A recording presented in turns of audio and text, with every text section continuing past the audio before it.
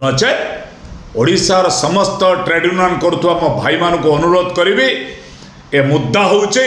Outsourcing मुद्दा हूँ बंचवार मुद्दा आउटसोर्सिंग मुद्दा हूँ जीवन रेखार मुद्दा आउटसोर्सिंग मुद्दा हूँ मानवाधिकार मुद्दा आउटसोर्सिंग मुद्दा हूँ बंचवा परिवार को चलैबार मुद्दा। बीएसएनएल कतु सब कर्मचारी मैंने आज कांदुचंती टाटा को देदेवे खटे खटे खटे खटे प्राइवेट कंपनी के देदेवे। विद्याधर महांती मु जड़े श्रमिक नेता दुख परितापर विषय राज्य सरकार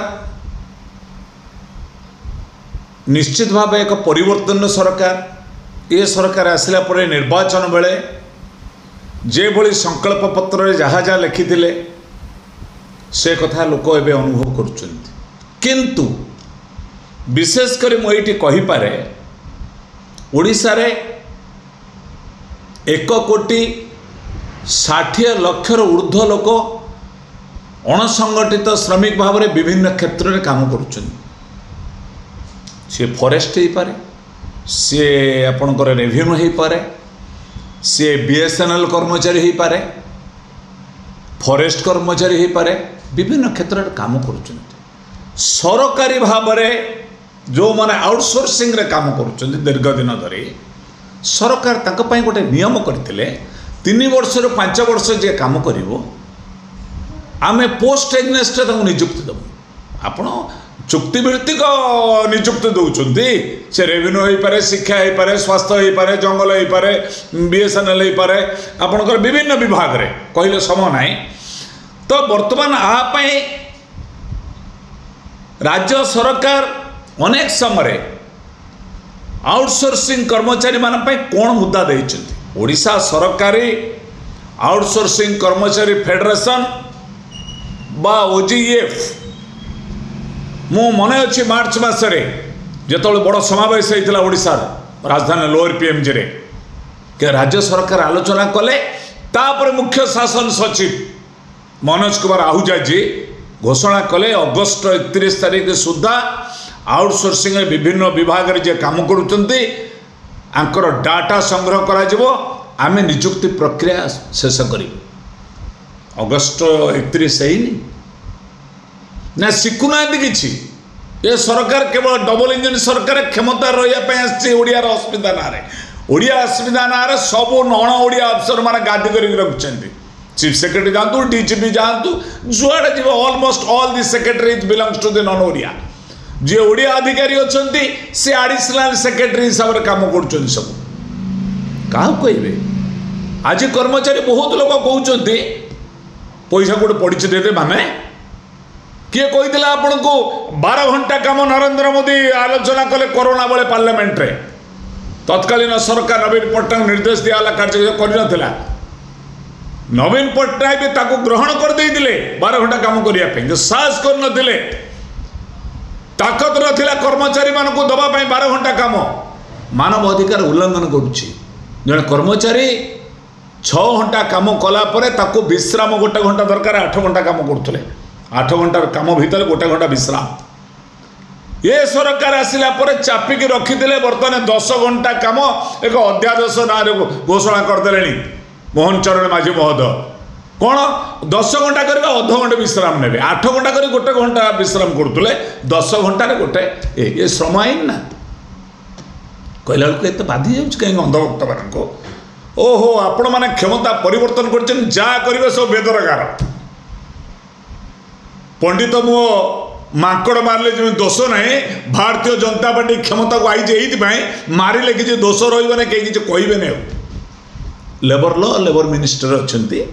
गणेश राम सिंह खुंटिया जी गोटे विभाग अच्छे ना नहीं लेबर कमिशनर अच्छा ना नहीं लेबर सेक्रेटरी अच्छा ना नहीं आलोचना करूँ 10 घंटा काम होशा एवं कौन करेंगे 10 घंटा काम कहीं करेंगे केते दरमा दौरान आप 10,000 12,000 दरमा पाँच outsourcing you are violating the wage act आंकर नाई अनेक जगह आउटसोर्सिंग एजेंसी रे पीएफ कटू ना ईएसआई कवरेज ना ग्राच्युटी ना बोनस ना पूजा बोनस गला पूजा बोनस ना कौन आश्चर्य गाधे पोखर पड़े बुड़ पकईकि कर्मचारी मैंने ओडिशा सरकारी भाव में आउटसोर्सिंग कर्मचारी फेडरेशन सहित बसी आलोचना कर चुक्तिनामा कला राज्य सरकार यदि ताकत एत जोर कर राज्य सरकार प्रमुख मंत्री बंधु सुरेश पुजारी जी बा पृथ्वीराज हरिचंदन जी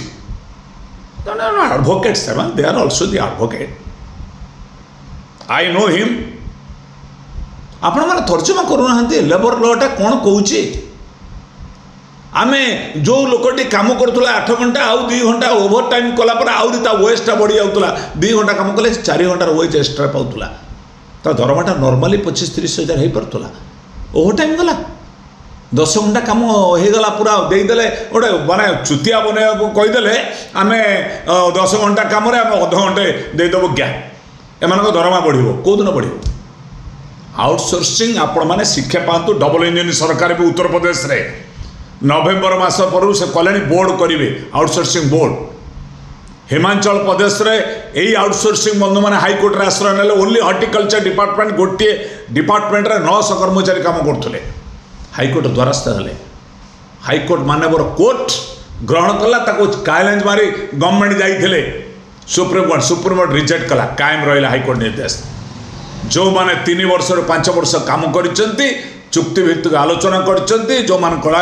रेगुलर करा जाऊ व्हाई नॉट डबल इंजिन एठी कहीं करें आप ए आमे कहीदेला आम कथा खराब लगुच कर्मचारी अधिकार पाइबे नहीं दरदाम जो हिसाब बढ़ी आज दरदाम आकाश छुआ स्कूल प्राइवेट स्कूल पिला पिला पाठ पढ़ी पारे नहीं भौणी मैंने काम कर मैटरनिटी बेनिफिट ना this are the law including the law let us review the labour act करेंगे नहीं किसी आलोचना करेंगे नहीं सरकारटा कौन कि सरकारटा जहाँ कही तो मानिजे मु आशा करुच्ची राज्य सरकार तुरंत जो आलोचना करते ओडिशा सरकारी आउटसोर्सिंग कर्मचारी फेडरेशन सहित तुरंत से कार्यकारी करूँ नचे ओडिशार समस्त ट्रेड यूनियन करुवा मो भाई मान को अनुरोध करी ए मुद्दा हूँ आउटसोर्सिंग मुद्दा हूँ बंचवार मुद्दा आउटसोर्सिंग मुद्दा हूँ जीवन रेखार मुद्दा आउटसोर्सिंग मुद्दा हूँ मानवाधिकार मुद्दा आउटसोर्सिंग मुद्दा हूँ बंचवा परिवार को चलैबार मुद्दा बीएसएनएल कतु सब कर्मचारी मैंने आज कांदुचंती टाटा को देदेवे खटे खटे खटे खटे प्राइवेट कंपनी के देदेवे तो मुझे आशा करुच्ची राज्य सरकार तुरंत जमती चीफ सेक्रेटरी मनोज आहुजा जाए कही आपण कथा आपण रखु ओडिया अस्मितार सरकार नन ओडिया अधिकारी बहुत भल कर दिंतु कार्य कर दिंतु आम अधिकार को आमको दि जाऊ समस्त आउटसोर्सिंग बंधु मैंने जो मैंने काम कर 3 वर्ष 5 वर्ष तांकर कैरियर करके दि जाऊ नचेत सरकार विरुद्ध कला युद्ध पछमुचा कहीं कहबू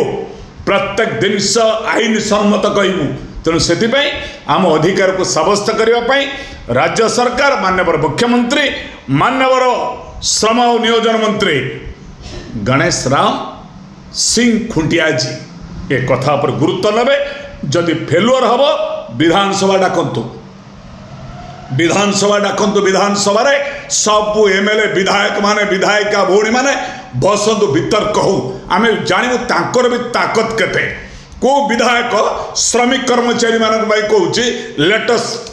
तांको विषय भी आलोचना हवा दरकार तांको मत भी जाना दरकार जो अंचल प्रतिनिधित्व कर आउटसोर्सिंग कर्मचारी मान प्रतिनिधित्व कर ना टाटा बिरला डालमिया कर आउटसोर्सिंग कर्मचारी मान कर ना मुख्यमंत्री गोलामीगिरी कर आउटसोर्सिंग कर्मचारी मान कर ना प्रधानमंत्री को बोलकर हवा कर आरिपे मोर विश्वस्त आपण मान पाखे जदि हूँ स्वतंत्र विधानसभा अधिवेशन डका जाऊ ओडिशा रे आउटसोर्सिंग बोर्ड गठन करा जाऊ समस्त आउटसोर्सिंग भाई और भौणी मानू विभिन्न क्षेत्र काम करुवा भौणी मानू नियुक्ति प्रक्रिया आरंभ करी त्वरित पदक्षेप नापी मुझे टीवी माध्यम दाबी